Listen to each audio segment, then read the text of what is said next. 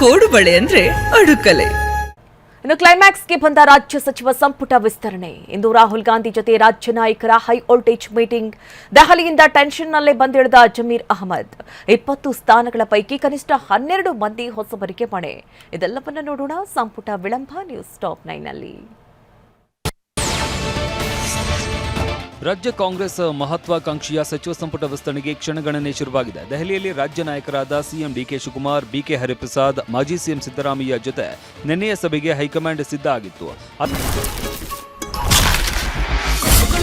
ಸಾಂಪ್ರದಾಯಿಕ ರೆಸಿಪಿ, ಮತ್ತಷ್ಟು ಬೇಕೆನಿಸುವ ರುಚಿ. ಕೋಡುಬಳೆ ಅಂದ್ರೆ ಅಡುಕಲೆ. ಆದರೆ ಲೋಕಸಭೆ ಕಾರ್ಯಕಲಾಪ ಹಿನ್ನೆಲೆಯಲ್ಲಿ ರಾಹುಲ್ ಜೊತೆಗಿನ ನಿನ್ನೆಯ ಸಭೆ ರದ್ದಾಗಿದೆ. ಇವತ್ತಿಗೆ ಮುಂದೂಡಿಕೆಯಾಗಿದೆ. ಇವತ್ತಿನ ಸಭೆಯ ಸಮಯ ಇನ್ನೂ ನಿಗದಿಯಾಗಿಲ್ಲ.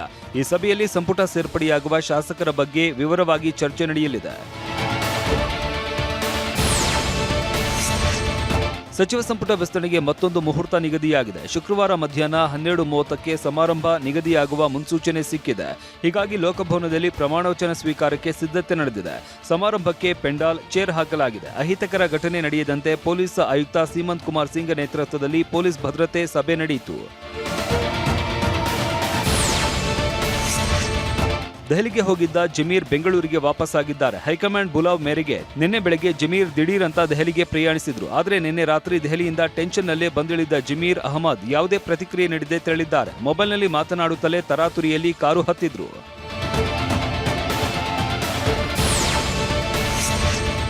ಸಂಪುಟ ವಿಸ್ತರಣೆ ಬಗ್ಗೆ ಮೊನ್ನೆ ರಾತ್ರಿ KC Venugopal, CM DKShi, BK Hariprasad ಹಾಗೂ ಸಿದ್ದರಾಮಯ್ಯ ಜೊತೆ ಪ್ರತ್ಯೇಕವಾಗಿ ಮಾತುಕತೆ ನಡೆಸಿದ್ರು.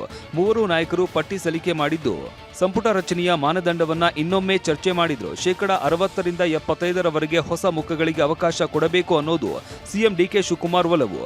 ಈ ಮೂಲಕ ಹಿರಿಯರ ಕಿರಿಕಿರಿ ಬೇಡ ಅನ್ನೋದು ಸಿಎಂ ಡಿಕೆ ಲೆಕ್ಕಾಚಾರ. ಆದರೆ ಮಾಜಿ ಸಿಎಂ ಸಿದ್ದರಾಮಯ್ಯ ಹಿರಿಯರಿಗೂ ಮಣೆ ಹಾಕಲೇಬೇಕು ಅಂತ ಪಟ್ಟು ಹಿಡಿದಿದ್ದಾರೆ.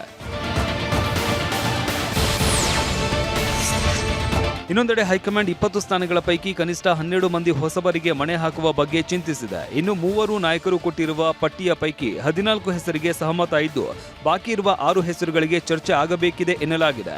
ಇನ್ನು ಡಿಸಿಎಂ ವಿಚಾರ ಕೂಡ ಚರ್ಚೆಯಲ್ಲೇ ಇದ್ದು, ಲಿಂಗಾಯತ ಹಾಗೂ ಎಸ್ಟಿ ಸಮುದಾಯವನ್ನ ದೃಷ್ಟಿಯಲ್ಲಿ ಇಟ್ಟುಕೊಂಡು 12 ಡಿಸಿಎಂ ರಚಿಸಲು ಸಿಎಂ ಡಿಕೆ ಶಿವಕುಮಾರ್ ಒಲವು ತೋರಿದ್ದಾರೆ ಎನ್ನಲಾಗಿದೆ. ಇನ್ನು ಸಚಿವರ ರೇಸ್ನಲ್ಲಿ ಘಟಾನುಘಟಿಗಳೇ ಸೇರಿದ್ದು ದೆಹಲಿಯಲ್ಲಿ ಭಾರೀ ಲಾಬಿ ನಡೀತಾ ಇದೆ. ದೆಹಲಿಯಲ್ಲಿ ಇರುವ ಸಿಎಂ ಡಿಕೆ ಶಿವಕುಮಾರ್ ಮಾತನಾಡಿ ಹೈಕಮಾಂಡ್ ಕರೆಗೆ ಕಾಯ್ತಾ ಇದ್ದೀನಿ ಅಂದಿದ್ದಾರೆ. ಎಲ್ಲ ಡಿಸ್ಕಷನ್ ಮಾಡಿದ್ದೀವಿ, ಫೈನಲ್ ನಾನು ಮಾತಾಡಬೇಕು. ನಮ್ಮ ಲೀಡರ್ಗಳು ಇವತ್ತು ನಾವು ಕರಿತೀವಿ ಅಂತ ಹೇಳಿದ್ದಾರೆ, ಕಾಯ್ತಾ ಇದ್ದೀವಿ. ಸಚಿವ ಸ್ಥಾನದ ರೇಸ್ನಲ್ಲಿ ಇರುವ ಪ್ರಮುಖರು ಯಾರ್ಯಾರು, ಯಾವ್ಯಾವ ಸಮುದಾಯದಿಂದ ಯಾವ್ಯಾವ ಶಾಸಕರು ಮುಂಚೂಣಿಯಲ್ಲಿ ಇದ್ದಾರೆ ಅಂತ ನೋಡೋದಾದ್ರೆ, ಲಿಂಗಾಯತ ಕೋಟಾದಡಿಯಲ್ಲಿ ರಾಮದುರ್ಗ ಶಾಸಕ ಅಶೋಕ ಪಟ್ಟಣ, ಅಥಣಿಯ ಲಕ್ಷ್ಮಣ ಸವದಿ, ಹುನಗುಂದ ಶಾಸಕ ವಿಜಯಾನಂದ ಕಾಶಪ್ಪನವರ್, ಇಂಡಿಯಾ ಯಶವಂತರಾಯಗೌಡ, ಬಸವ ಬಾಗೇವಾಡಿಯ ಶಿವಾನಂದ ಪಾಟೀಲ್, ಯಲಬುರ್ಗದ ಬಸವರಾಜರಾಯರೆಡ್ಡಿ, ರೋಣ ಎಂಎಲ್ಎ ಜಿಎಸ್ ಪಾಟೀಲ್ ಹಾಗೂ ಗದಗದ ಶಾಸಕ ಎಚ್ಕೆ ಪಾಟೀಲ್ ರೇಸ್ನಲ್ಲಿದ್ದಾರೆ.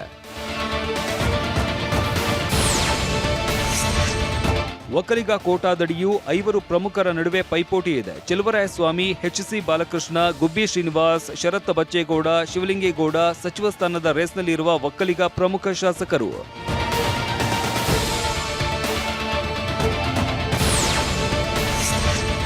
ಇನ್ನು ಒಬಿಸಿ ಸಮುದಾಯದಲ್ಲೂ ಪೈಪೋಟಿ ಜೋರಾಗಿದೆ. ಒಬಿಸಿ ಕೋಟಾದಲ್ಲಿ ಆಪ್ತರಿಗೆ ಮಣೆ ಹಾಕುವಂತೆ ಸಿದ್ದರಾಮಯ್ಯ ಪಟ್ಟು ಹಿಡಿದಿದ್ದಾರೆ. ಕುರುಬ ಸಮುದಾಯದಿಂದ ಶಿವಣ್ಣನವರ ಪರ ಸಿದ್ದು ಬ್ಯಾಟ್ ಬೀಸ್ತಾ ಇದ್ದಾರೆ. ಆದರೆ ರಾಘವೇಂದ್ರ ಹಿಟ್ನಾಳ್ ಪರ ಕೈ ಹೈಕಮಾಂಡ್ ಒಲವು ತೋರಿಸ್ತಾ ಇದೆ. ಹಾಗಿದ್ರೆ ಒಬಿಸಿ ಕೋಟಾದಡಿಯಲ್ಲಿ ಕೇಳಿ ಬರ್ತಾ ಇರುವ ಹೆಸರುಗಳನ್ನ ನೋಡೋದಾದ್ರೆ, ಅಜಯ್ ಸಿಂಗ್, ಎಸ್ಆರ್ ಗವಿಯಪ್ಪ, ಶಿವಣ್ಣನವರ್, ರಾಘವೇಂದ್ರ ಹಿಟ್ನಾಳ್, ಸಂತೋಷ್ ಲಾಡ್, ಶ್ರೀನಿವಾಸ್ ಮಾನೆ, ಮಂಕಾಳು ವೈದ್ಯ, ಪುಟ್ಟರಂಗ ಶೆಟ್ಟಿ ಹಾಗೂ ಎಎಸ್ ಪೊನ್ನಣ್ಣ ಹೆಸರು ಕೇಳಿ ಬರ್ತಾ ಇದೆ. ಮಧು ಬಂಗಾರಪ್ಪ ಹಾಗೂ ಬೇಳೂರು ಗೋಪಾಲಕೃಷ್ಣ ಕೂಡ ರೇಸ್ನಲ್ಲಿ ಇದ್ದಾರೆ.